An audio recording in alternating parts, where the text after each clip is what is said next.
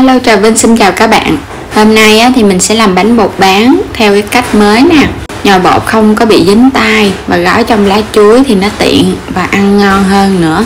Thì mời các bạn cùng vào bếp để thực hiện món bánh này và vui lòng đăng ký kênh để nhận các video mới nhất mỗi ngày, ủng hộ mình nha. Đầu tiên thì mình chuẩn bị lá dứa. Mình có đây khoảng 5 lá dứa ha. Các bạn cắt nhỏ nhỏ ra, xong rồi cái mình đem đi xay nhuyễn. Xay xong mình sẽ lọc lấy nước. Tiếp theo thì mình chuẩn bị 150g bột bán. Các bạn vo rửa cho sạch rồi mình ngâm nước khoảng 15 phút ha, cho bột bán nó nở. Rồi bây giờ mình sẽ vo cho nó ráo nước. Và đây là 100g bột năng. Tiếp theo là 100g đường, chút xíu muối và 200ml nước lá dứa hồi nãy mình xay nè, 200ml nước cốt dừa. Phần bột bán mình ngâm được 15 phút xong thì nó hơi nở. Các bạn sẽ cho vô trong nồi mình nấu cùng với nước lá dứa. Rồi bây giờ bắt lên bếp mình sẽ nấu cho bột bán nó sôi lên. Các bạn để lửa nhỏ và mình khuấy đều nha, cho nó sôi thì nó sẽ nở ra. Các bạn nhớ khuấy đều không thôi nó sẽ bị đóng ở dưới đáy nồi. Bây giờ thì các bạn thấy phần bột bán nó hút hết nước lá dứa vô rồi nè. Bây giờ mình sẽ cho hết nước cốt dừa vô luôn. Thì nước cốt dừa mình cho vô sau là tại vì cho nước cốt nó giữ nguyên cái độ béo ngon. Mình nấu trước với lá dứa để cho nó ngấm được cái màu đẹp và cũng như là nó thơm nữa đó. Các bạn cũng khuấy liên tục với lửa nhỏ để cho bột bán nó chín. Khi mà mình thấy nó hơi sệt lại nè, bắt đầu bột bán nó cũng nở nhiều, thì các bạn sẽ cho hết chén đường hồi nãy mình chuẩn bị vô đây. Mình cho đường vô sau cùng nha, để cho bột bán nó nở kỹ á. Khuấy đều rồi cho một chút muối vô. Rồi bây giờ các bạn thấy đường nó sẽ ra nước thì bột bán nó sẽ lỏng hơn. Và mình cũng khuấy cho nó sôi. Xong rồi mình sẽ lấy cái chén bột năng mình cho vô từ từ. Các bạn nhớ khuấy đều nha, rồi mình tắt bếp luôn, nhắc xuống dễ trộn hơn á. Trong lúc mà nó còn nóng vậy nè, các bạn sẽ cho hết bột năng vô, nhưng mà mình chia ra từng muỗng để cho. Làm vậy thì bột năng nó dễ tan hơn và nó dẻo hơn nữa đó. Vừa cho thì vừa trộn, các bạn không có để cho nguội nha. Nếu để nguội thì bột năng nó không có dính.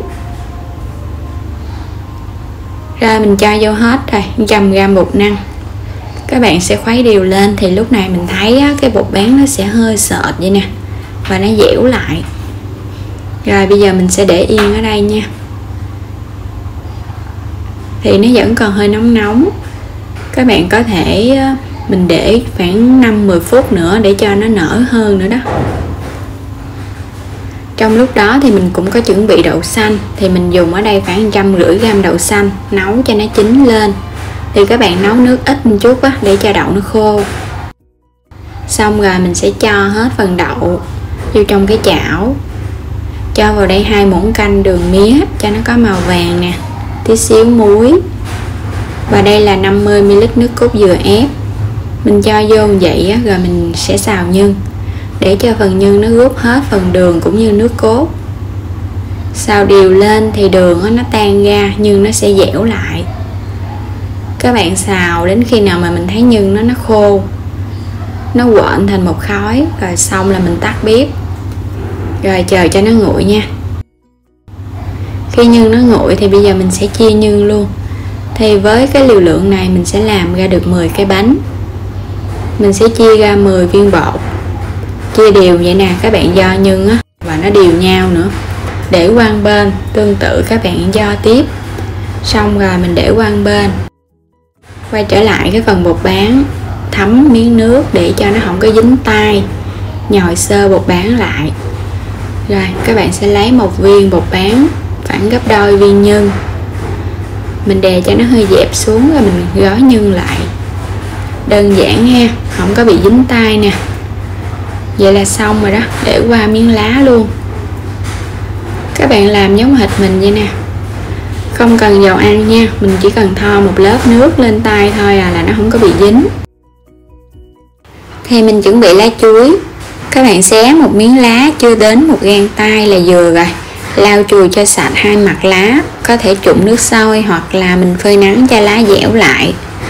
Rồi bây giờ các bạn sẽ quấn, mình quấn giống như hình cái quặng vậy đó. Xong rồi các bạn sẽ lấy viên bột cho vô, mình sẽ túm thành 4 cái góc để khi mà mình làm lên cái bánh á, cái bánh nó sẽ đều. Rồi xong rồi nè các bạn, nhìn thấy đẹp mắt nha.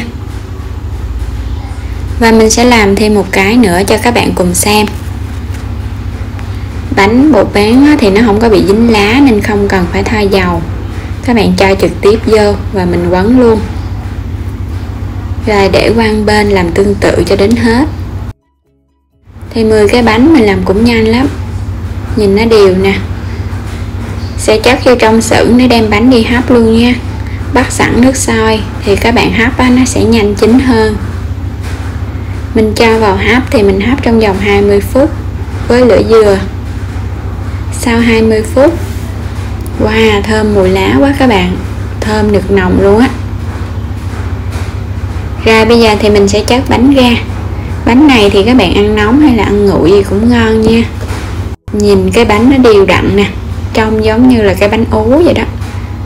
Nhưng mà theo cái cách này chỉ cần một miếng lá chuối, không cần dây bột gì hết. Bánh bột bán nó không có dính, nó tróc lóc à. Nhìn bên trong bột thì nó có cái dạng hơi trong và màu xanh nhạt nhạt của lá dứa. Rồi bây giờ mình sẽ cắt ra bên trong nha. Cắt vô thì thấy cảm nhận được cái độ hơi dai dai của bột bán. Đây cái bánh á, phần nhân và bột rất là đều nhau nè, có màu xanh xanh nhìn cũng ngon miệng nữa. Cho thêm một ít đậu phộng rang. Vậy là mình đã làm xong món bánh bột bán với nhân đậu xanh nè. Các bạn thấy phần bột bán ở bên ngoài nó có cái độ hơi trong thì bột bán nó mới chín, còn nếu mà các bạn làm mà nó còn hơi trắng trắng á, thì nó sẽ còn hơi bột ở trong nhị nha. Nhìn đều và đẹp, ngon lắm luôn. Nó có cái dạng hơi dai dai nè, mềm mềm và béo nước cốt dừa nữa.